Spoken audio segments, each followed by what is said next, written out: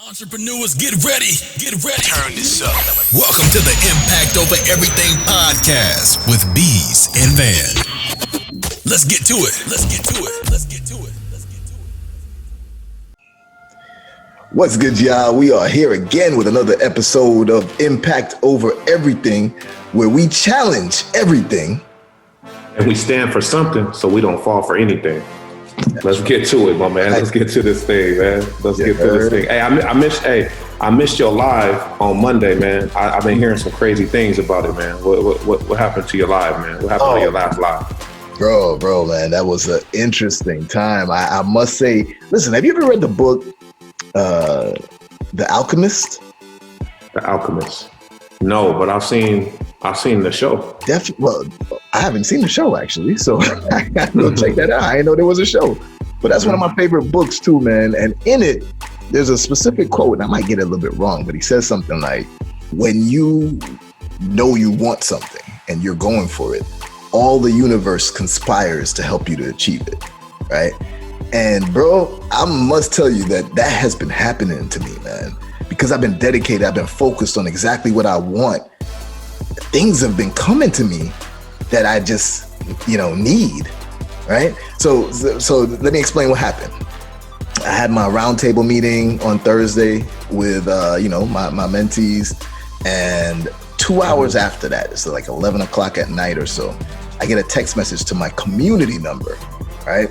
And the community number, it says, Brother Hendricks, maybe I should tell y'all first that I am a member of Phi Beta Sigma fraternity, right? I have not been the most active as I've been older and such, but I'm still a member, lifetime, always.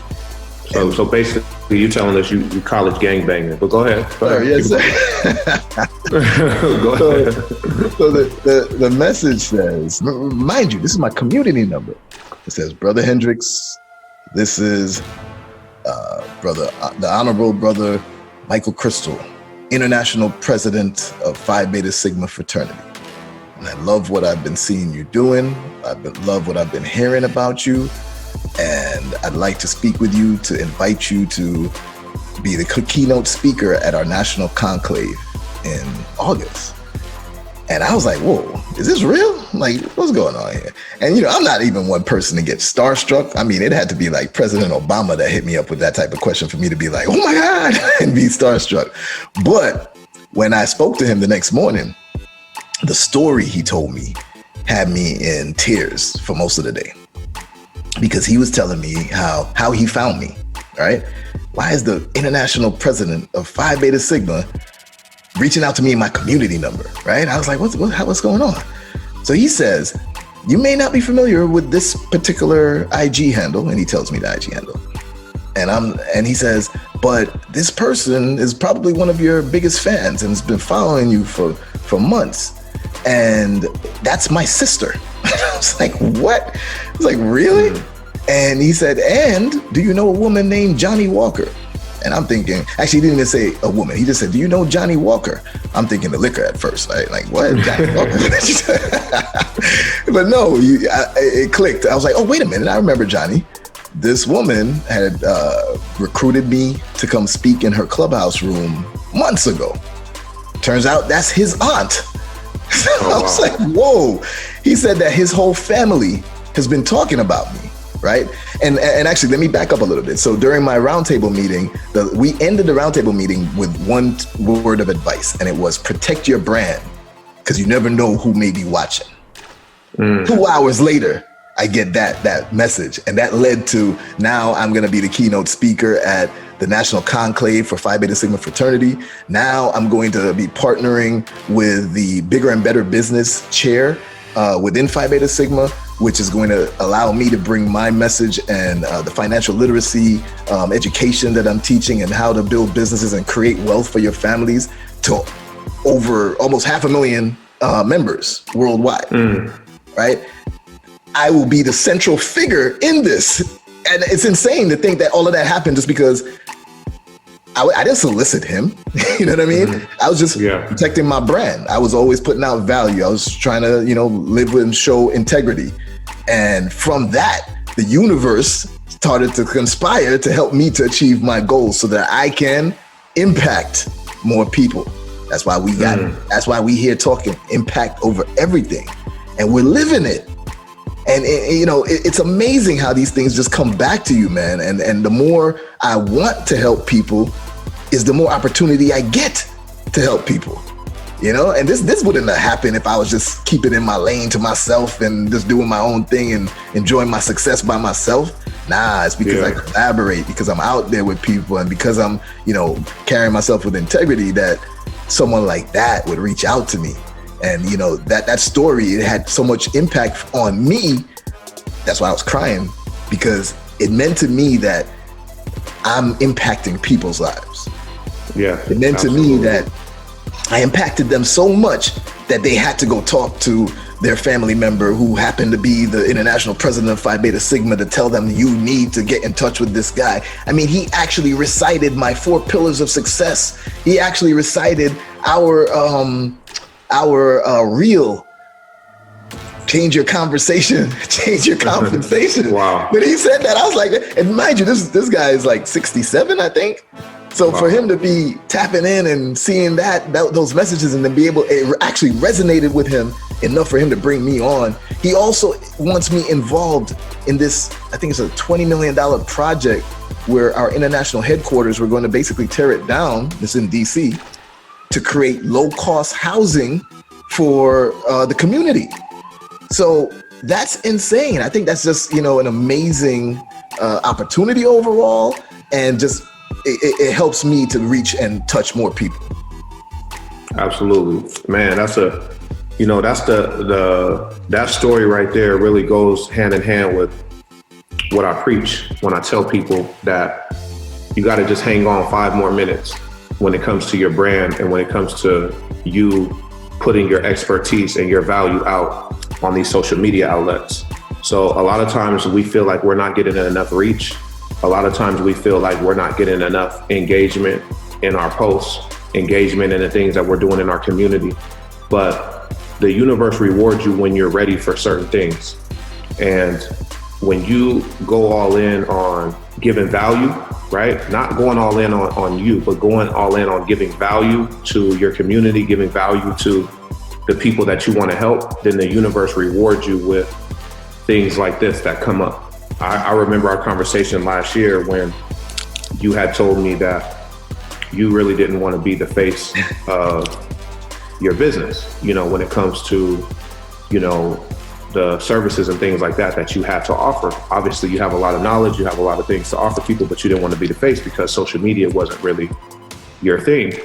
And the fact that you were able to say, you know what, the value that I want to give requires me to get out there and really show people what I'm about and the value that I can bring, and giving good content and giving value presented you with this opportunity now that you have that's sitting in your lap. So, man, that's dope, bro. I'm proud of you, and you deserve it. And this is really an example of when you just go all in on your brand and putting value content out there, there's people that are going to be watching you that will never tell you that they're watching you. And it creates opportunities, man. So let's go. Facts, man, for sure. Definitely opportunity upon opportunity upon opportunity every week. This is why when Mondays come up, I tell people, I'm like, yo, happy Monday. What's good? Most people is like, yeah, oh man, it's Monday again. I'm like, nah, Mondays are great because it's a whole new week of new opportunities to seize. So yeah, we just got to change our mindset, and then we change our perception, and it changes our life. Because, it's like if something happens to you, how you react determines how you live, right? If you react in a negative way, it's like, oh my God, I can't believe this happened, and blah, blah, blah. It's not going to help you to progress, to move forward, right? I'm not saying anybody can't, be emotional and take a moment to reflect and things. That's fine. But then what do you do next? Do you just sit there and let it hold you back? Or do you push through it? Do you climb over that mountain and, reach that next goal and keep moving forward, right? That's key. But bro, what I really wanted to talk about tonight, what, you and I mentioned briefly, is Black Wall Street, bro. So we talk about Black Wall Street, man. It's a powerful image, right? People, if you could either do one of two things. If I say Black Wall Street, you're immediately going to think of a tragedy, or you're going to immediately think of the success and the system that occurred that created this thing called Black Wall Street in Tulsa, right? So again, you have to decide how you're going to let things impact you. If I say, wow, Black Wall Street was an amazing thing, I want to learn from it. I want to figure out how we can replicate it to some extent, right?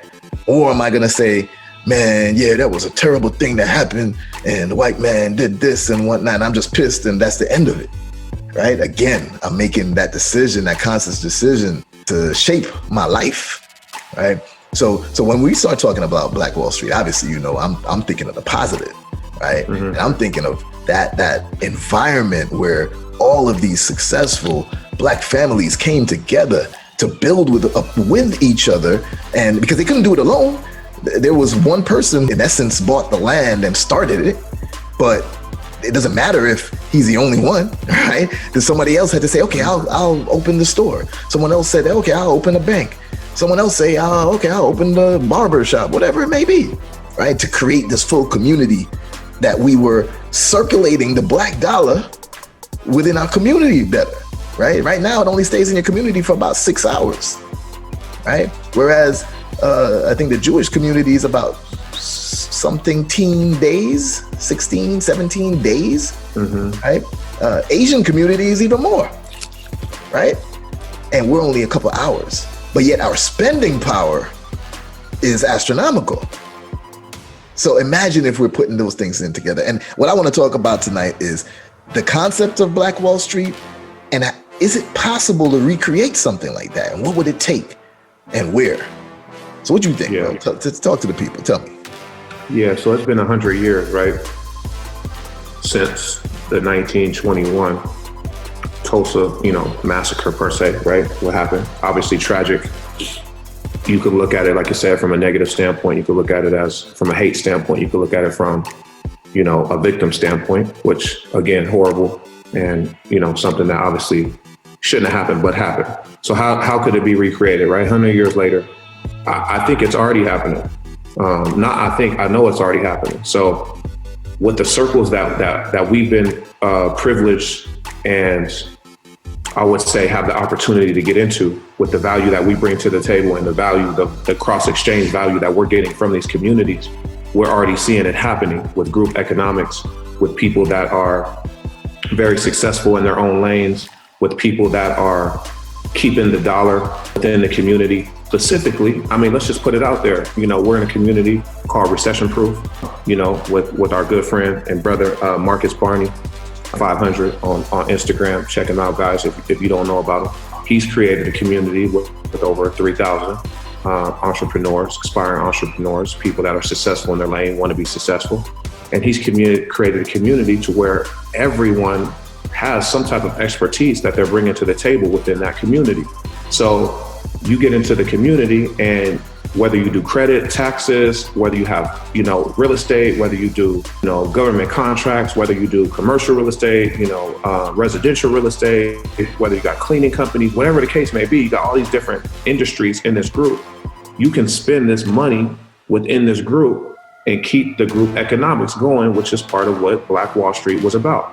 From a location standpoint, we see a lot of things going on in Atlanta, a lot of things going on that you're building out in Florida, a lot of things going on in California, a lot of things going on in Texas, a lot of things going on in the East Coast. You got our people in New Jersey, Philadelphia, things of those natures that people have high expertise, have high knowledge, are very successful in their lane. And they're not only just doing it to make money for themselves or to get impact for themselves, but they've created groups of people that come together and leverage each other's knowledge, leverage each other's relationships, leverage each other's time, leverage each other's finances to create bigger things. So it's already going on. I just don't think the greater people outside of these groups understand what's going on. But I think from what I've seen over the last few years, and specifically over the last year, it's happening right now.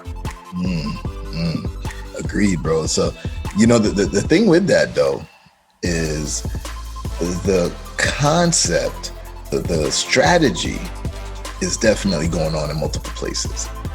But the difference that I see in Atlanta from those other places where the strategy is existing is the mentality, maybe, right? So everybody knows that, you know, there's a certain it's like a stigma that our community has of crabs in a barrel. That crab is in a barrel mentality, right? Let's be specific, bro. It's Impact Over Everything podcast, man, where we challenge everything and we stand for something. We don't fall for anything. What do you mean by our community? Let's be specific. Black community, man. The black community. I'm not just saying African American because I'm not technically African American. I'm Jamaican. I'm Caribbean, right? Black community overall, no matter where we come from, I feel like I've seen that too often where it's a crabs in a barrel mentality. It's like, hey, this person is rising. Oh, hell no, you ain't rising without me. And then pulling them, and we pulling each other down, right? That's happened for quite too long. But I've seen the change. I've seen the shift, especially in Atlanta. I can't say I've seen it everywhere else just yet. The strategy of, hey, I'm starting to kill it. You starting to kill it. Oh, that's awesome. We all killing it. I've seen that some places. But the strategy in terms of, but the mindset shift in terms of, yo, I am genuinely happy for my brother. Yo, when my brother succeeds, I'm like, yo, that's what's up. I'm happy. I ain't thinking, damn, he got up, I got to get up too. Which there's an element of friendly rivalry that is good too, right? Because I always talk about we need sparring partners, right? You know, Floyd Mayweather ain't become as great as he is just because, you know, he practiced. Nah, he got sparring partners. What's a sparring partner? He got somebody that's faster than him, but not the total package, just faster than him. All right, I'm gonna spar with you to work on my speed. He got somebody that's stronger than him, not as fast, not as coordinated, but stronger. I'm gonna work with you to work on my durability and my strength, right? And because of that, he becomes the total package and grows in every single way. So having those sparring partners is important for sure, right? But that genuine feeling of happiness for your brother succeeding, that genuine feeling of, yo, it's collaboration over competition all day. I don't necessarily see it everywhere yet. And you mentioned that I'm trying to do some things like that in South Florida. Yeah, I'm trying. You're not trying. I'm making it happen. You're making it happen. But I'm putting together the structures for it. I hope that the mentality comes along with it, you know, and I will impact others to bring that message, but definitely want to see it come to fruition. Here's the thing when it comes to this, you know, a lot of times when you reference something of this magnitude, Black Wall Street, people are against it, saying you can never recreate that. You can never you know, duplicate that again. You don't have the power that these people had, things like that. So there's some people out there in the space right now that are saying that, you know, how dare us be able to, you know, compare, you know, some of our entrepreneur friends and people that we are associated with that are doing some big things in Atlanta. How dare you compare them to the Black Wall Street? The people, you know, the people that were, you know, leaders when it came to the Black Wall Street. What do you think about that? Once again, that's that decision to take the negative approach to it, right? It's like, you know, for me, I don't think there's a comparison from saying that, hey, I've achieved, or the people in Atlanta have achieved what was evident in Black Wall Street.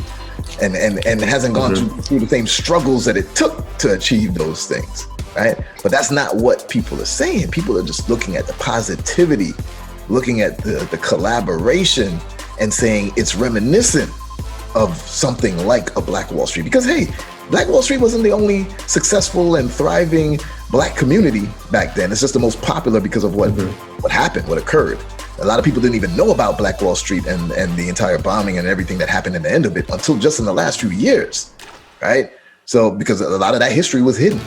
So for me, I think that, the naysayers who were saying, hey, how dare you compare to what they did and blah, blah, blah. I'm not comparing, getting inspiration from, right? And we have to look to something. We have to recognize what happened in the past in order to shape our future. So what better example to be inspired from than what was created in Black Wall Street, right? And how can we achieve something similar to that? How can we change the narrative in our community right now? Yeah, so here's what I would say. So we have the opportunity to do something great. We are doing great things, but here's where it changes and shifts, I think, is that our kids, and I know you're big on educating kids, but our kids need to be educated specifically on financial literacy, specifically on how group economics works, specifically on not to pull each other down, not to have the competition first over collaboration, and vice versa, how to collab with people and how to shift their mindset. Now, mindset shifts are based off of daily activities though. So we have to be able to create structures to where people can see the daily activities of someone like yourself, someone like the successful entrepreneurs or successful businessmen out there. How do we get them to be able to see the daily activities of these people so the learned behavior is adopted? Because the reason why we have the crab in the barrel, crab in the barrel, I can't even say it. That's why I don't even subscribe to it. I can't even say it. So how do we change that mentality is by learned behavior. So what do you think is something that we can do to consistently be able to show the youth learned behavior of people like yourself and other successful entrepreneurs out there that are doing it right now? How do we create that platform so they can learn? Well, see, this one, the thing is, as you said, it has to be consistency, right? It has to be something that we consistently put in front of them. I'll give you an example. A friend, and actually I brought this up on the call, on my IG live call on Monday when I had the international president on live with me, right? When we did the giveaway, the give back in November, our November to Remember, and we bought out Walmart and we took all those gifts to the kids, right? I had a friend that was like, yo, that was amazing what y'all did. But I don't, maybe you shouldn't have did it with the McLaren and, all the exotic cars and stuff, right? And I was like, well, why do you say that? He's like, well, the optics, it's like y'all are showing off and whatnot when, you're supposed to be doing something good for the community. And I was like, brother, listen, I want those kids to see that McLaren. I want those kids to see multiple Black men that are business minded, that are entrepreneurs, that are successful, that are able to achieve the things that they typically only see the rappers and the athletes having, to set that example. Because why is it that our people only think that, the only way to come up out of the hood, to come up out of poverty, to come, to change their situation is if they are a rapper or an athlete, right? It's because that's all they see. That's what's put in front of them all of the time. So now they can see that, you could be an entrepreneur too. The best moment of my life was when my son, apart from when my kids were all born, but when my son said, yeah, Dad, I think I want to be an entrepreneur. That happened last year. And I was like, whoa, wow. I didn't even know what to say, because I know that's not what he used to tell me before. And he used to actually ask certain questions in a sarcastic way when he didn't really know what I was doing, right? But now after seeing it, and there was a perfect example too, though, man. People don't pay attention until they see certain things, right? The stuff I'm doing now ain't no different from what I was doing 2 years ago, right? I learned more, sure, but the things that I've accomplished or whatever 2 years ago, you could have still came at me and be like, oh, damn, you're doing well. But nobody paid attention because I wasn't trying to flash nothing, right? Now, and I still don't flash nothing, but because I learned things like, yo, you could turn that liability, like those exotic cars, into an asset. So I was like, I might as well go all in, because I would have never bought no exotic car prior. Because I was like, it's a rapidly depreciating hunk of metal. Nah, I don't want that, no matter how much money I got. But now it's like, yo, okay, let's get these. That purchase is bringing me revenue. That's how I want to do it. And those creative strategies, the kids have to see that. Right. That's why I'm also creating a nonprofit that's going to teach financial literacy to kids. They need to get exposure to all of these things. The things that we talk about all the time, they need to get exposure to that from early so that it changes their conversation and changes their compensation for that future, for the future. Absolutely. Let me touch on something that you have brought up about the gentleman or the woman that told you about the optics of the giveaway, and you shouldn't have, done it with the exotic cars. So I'm gonna hit 2 points. One side of it, I see where they're coming from one perspective. There's a saying that you should give so secretly that your left hand doesn't know what your right hand did. And that's from the perspective of when people give charity for the wrong reasons. For, hey, look what I did. Hey, look, I'm the man. I can do this. I can do that. But I will say that there's other times, specifically in the time of when we did that giveaway, is that you should give charity openly and you should inspire other people to want to be able to go do the same thing. And that makes it very, very much encouraged to do those things when you're inspiring other people to give back. So we had the news station out there. We had entrepreneurs from all over the United States that traveled in, including myself. I came all the way from California at the time to Florida.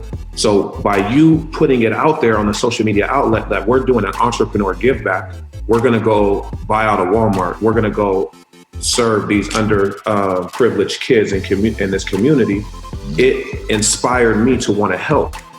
If you would have done that act secretly and not told anyone, yes, you would have impacted those kids, but I wouldn't have known about it. 15, 20 other entrepreneurs wouldn't have known about it. We wouldn't have been able to fly down to Florida. It wouldn't have been on the news, and it wouldn't have gotten the impact of what this gentleman the guy that was on your live on Monday said, hey, listen, I've been watching you. I saw you do that give back. I saw that. That might not have happened if we didn't put that on blast the way we did for that give back. So there's times that you must put your charity, you must put your efforts in the community out there so people can see it, because it inspires other people to get involved, which ultimately creates bigger impact. So I get what the person was saying.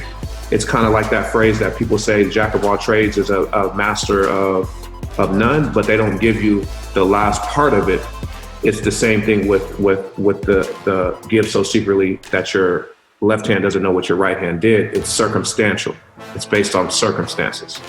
Yeah. So, just want to bring that to the table. Not only did the event and being public with it inspire like you and others to come join, we inspired pockets of other entrepreneurs across the country to replicate exactly what we did. People were like, yo, let's do a give back also. We should all get together and do this. I know it was done in New York. I know it was done in Texas, and I know it was California done too. After we did it. So 100%, we were able to provide impact in the local community here, but then we inspired others who provided impact in their communities, and it just became a wave. So yeah, it's definitely merit to saying, hey, let's do this out in public. Let's involve other people. Let's talk about it, and let's have these type of discussions. And once again, the kids get to see what we're doing, and that's honestly one of the most important things to me. You already know. Another thing I want to highlight about the Black Wall Street situation and the crab in a barrel mentality in the Black community is that I think, this is what I think, this is just my opinion, you can challenge me on it, or you can, let me know what you think. I think that the African American community, because they've had bad business deals, because they've been burnt by other people, because they've entered into partnerships that haven't panned out, I think that they think it's only the Black community that's done it. But I will tell you, I've been able to be in a lot of different communities. That's not just the Black community. From my times of running health clubs and traveling all over the United States and dealing with these massive gym chains and things like that. Not the Black community wasn't the owners of these gyms, I'll tell you that. And I've seen some ruthless, cutthroat business dealings that are shady, that are not ethical, that are just bad, even more outside of the Black community. So I think that a lot of times people think that it's only, the Black community that has bad business deals or bad, have entered into some ruthless things. No, that's not the case. There's just bad people everywhere. There's bad people in every community, in every race, in every religion, in every different walk of life. And if you judge how you want to deal with your community based off of a couple interactions with a couple people, and then label a whole race or a whole religion or a whole group of people the same because you had a couple bad dealings with someone that happened to be Black or someone that happened to be white or someone that happened to be Asian, then you're doing yourself a disservice and you don't understand life. So life is about going through things. It's about identifying where you can get better. And everything is a character building experience that makes us who we are today. So I challenge people to not put everybody in the same bucket, to not put everybody in the same category because you had some bad business dealings with a certain group of people. You just have to get around the right people, the right minded people, the people that have similar goals, the people that are either ahead of you where you want to go, or people that are aspiring to go the same place that you're trying to go, and rock with them and leave it up to your ability to be smart, leave it up to the universe, leave it up to your intuition to make good business deals. But don't just say, you know what, I'm not messing with anybody. I don't want to deal with people. I just want to do everything on my own, because I'm telling you right now that I did it for a long time. If you just try to do everything on your own, even though if you get some level of success, it's never going to be the level of success in when you add people onto your team and when you're able to partner and network with other people that could open up doors and open up opportunities, and you can bring value to them as well. Definitely. I love that, man. And you know what? Since on this podcast, we want to make sure that we give tangible action items, right? We want to give tangible information along with, we're going to philosophize a bit, right? We're going to speak a little bit of philosophy, but we also want to give you tangible action items, right? So what would you say, Ben, is, some actual steps that we can do, that we can take in order to start building that type of environment? I'll start off by telling you what I'm doing so far, right? So, and you and I are doing this together too, because we're forming the initial structure. But local in South Florida, I'm trying to practice inclusion rather than exclusion. That's actually a saying from my fraternity, but inclusion over exclusion, right? So with Hive community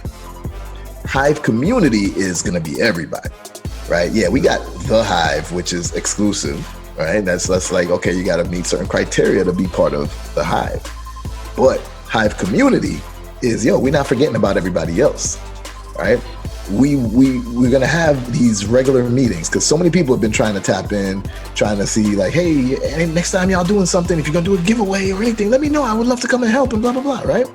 So, okay, if I have a platform right now and people are listening, let me use it to the full extent, right? Let me use it to help as many people as possible. So let me use it by bringing everyone together. We're going to do meetups once a month just to start. And just from that alone, because I'm facilitating the environment for people to network. I'm facilitating the environment of positivity and of collaboration, because that's going to be the recurring message. I'm going to drill it into everybody's head. That's going to allow people to, tap into each other and then see like, hey, what are you doing? Oh, I'm doing this. Oh, maybe we could do something together. All of this type of stuff. And they're going to have leaders like yourself, me, and, our strong network that they can then get some sort of access to. That a lot of times people feel like, oh man, I wish I could tap in with those brothers, but I don't even know how to get access to them. Well, here you go. This is going to be the starting point. By creating this, I'm hoping that it then leads to that more positive impact, that mindset shift, and that collaboration mentality, right? To help us to grow into that type of environment of Black Wall Street, right? So that's my first step. My first step is creating these regular meetups that helps to facilitate getting everybody together. What else do you think is a good step to help lead towards that path? Yeah, I think the next step of building communities and building platforms of people to be able to adopt certain successful habits is not being afraid to connect with new people. So I would set a goal to say, you know what, I'm gonna go out on a limb and I'm gonna connect with one new person a week, or one new person a month, or one new person a quarter, whatever you feel comfortable with, and get outside your comfort zone. So I would say the next step is you're gonna have to get outside your comfort zone. It's not comfortable to meet new people. It's not comfortable to collaborate with new people, but it's necessary for what we're talking about as far as recreating the Black Wall Street, recreating the success that they had within that community from a global standpoint. And it starts within your city. It starts within your 5-mile radius. It starts within your 10-mile radius. So if you say, you know what, I'm not in any entrepreneur groups, I'm not in any mentorships, I'm not in any of these things that you guys are necessarily in. So how do I tap in?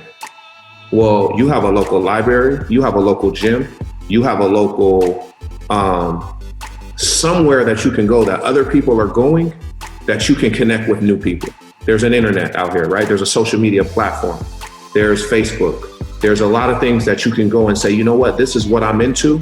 This is the positivity that I want to bring to my community. Let me find some groups online, Facebook groups, entrepreneurship, mentorships, and let me see what resonates with me. Let me connect with these people and let me be vulnerable to see how I can be able to connect with these people on a ground level to where I could bring some value. So I would say connect with at least one new person a week, a month, a quarter, and start tapping into their community, bring cross value from what you do, what you offer, and then start like that and start getting uncomfortable or starting getting comfortable with being uncomfortable.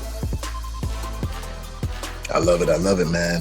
You know what I'd also add to that, right? And this is part of what we discussed on the live is, we'll talk about support Black business, right? But we want to take it to another level. We want to take it even further. It's like adopt a Black business, right? Like you're going to support that Black business nonstop, exclusively. And then you're going to bring others to support that Black business as well, right? Adopt a Black business and make it your own so that you are truly ensuring that our money is circulating within our community way longer than 6 hours. So I think that's going to be a big thing, is supporting each other, right? There's often times where it's like, man, Van charging me $1,000, man. I ain't trying to pay that. He crazy. But then I go pay $1,500 to somebody else. It makes no sense, right? So, changing that mentality is going to be hard, but that has to be a part of it, is supporting each other, supporting Black businesses, right? In order to keep that money circulating in our communities so that we could do more with it. We could build more and start to really expand that structure of a similar Black Wall Street. So that's a thing that I would say that has to happen as well. One of the things that I say that is unethical is that you want people to support your business. You want people to support your movement. You want people to support your things that you offer, but you're not willing to support others that have value that you actually need. It's not like supporting someone for just the sake of supporting them, but actually they actually have some value that you could use that could impact your life in a positive way. And you don't support them. But in return, we cry about and we whine about that people aren't supporting our business. It's not ethical. So the fact that you, Beez, you said that when you put things out there in the universe and you really go all in on what you want to do, the universe rewards it for you and brings it back to you. It's the same thing that when it comes to your business, you want to grow your business, you want to build your business. You have to go out there and be able to be willing to give people a chance, right? Give people a chance. Give someone new a chance that can have some value for you, that can give you the opportunity to level up in your business, in your life, in your family, whatever it is, and do business with them. And then I guarantee you it will come back to you 10-fold, 20-fold, 100-fold, because that's the way the law of attraction works. Yes, sir. That law of attraction, for sure, man. That is critical. Listen, oh man, you are speaking the truth right now. Like, you know, that type of support and that the ethics, being ethical in everything that we do is going to be crucial as well, right? Like, you know, I remember when I moved to Orlando, Florida for college, right? So I went to high school in Brooklyn, New York. So in New York, it was one mentality, one, you know, way of living, right? And when I moved to Orlando, because the transportation system isn't as great as it is, or, you know, at the time as it was in New York. So a bus, if a bus was coming to pick you up, you got to look at what the schedule is. Bus will come at 6:15 to pick you up, right? And if the bus arrives at like 6:10, the bus would literally park up and wait for like 5 to 7 minutes for anyone else to come, because they know ain't gonna be another bus for a while, right? So the bus driver used to get off the bus and walk like right to the store right there, or he just walked down a little bit and smoke a cigarette, whatever he was doing, right? And he would just leave the door open for everybody to get on. And I remember when I was getting on and I saw everybody was putting their, you know, whatever, 50 cents in it or whatever it was, right? I was like, what? Y'all crazy? Y'all putting money in there? Ain't nobody here. You can just walk right in. That was my New York mentality. Because if I was in New York, that's what we would do. It'd be like, ain't nobody here. I'm just walking right in, you know?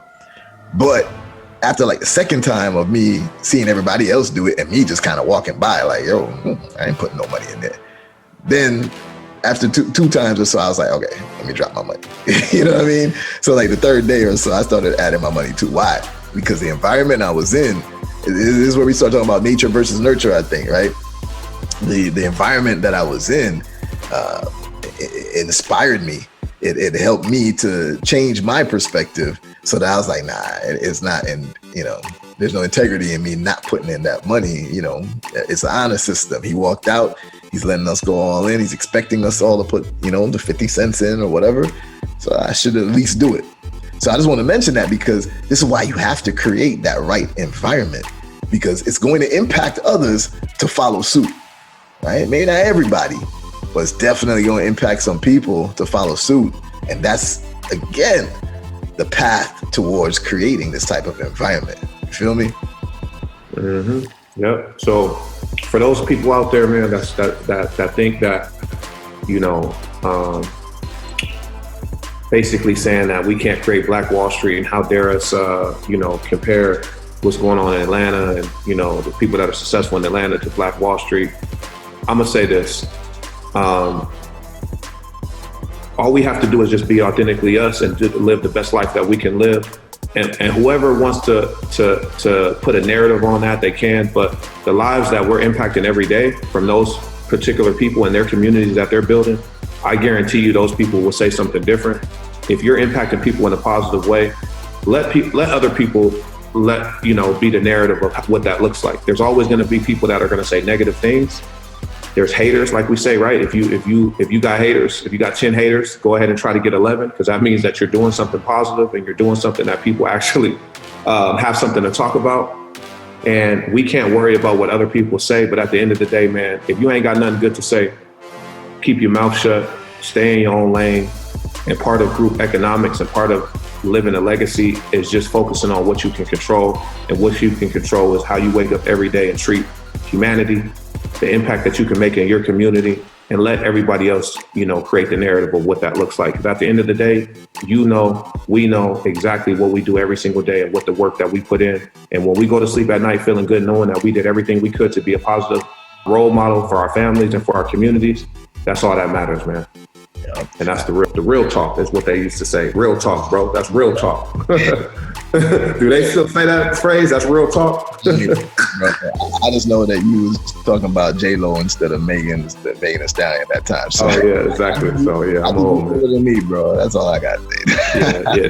Do we still say real talk in California for sure? That's what's up.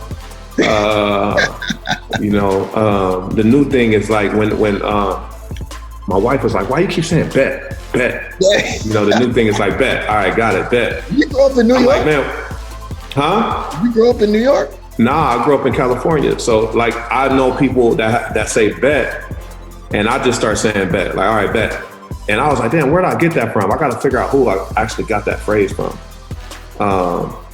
So I don't know, man. It's just a lot of verbiage, new slang out there. I'm trying to keep up with it. I ain't gonna talk about it on this episode, but I've learned a new phrase that is pretty interesting to me. But that's a whole nother podcast episode.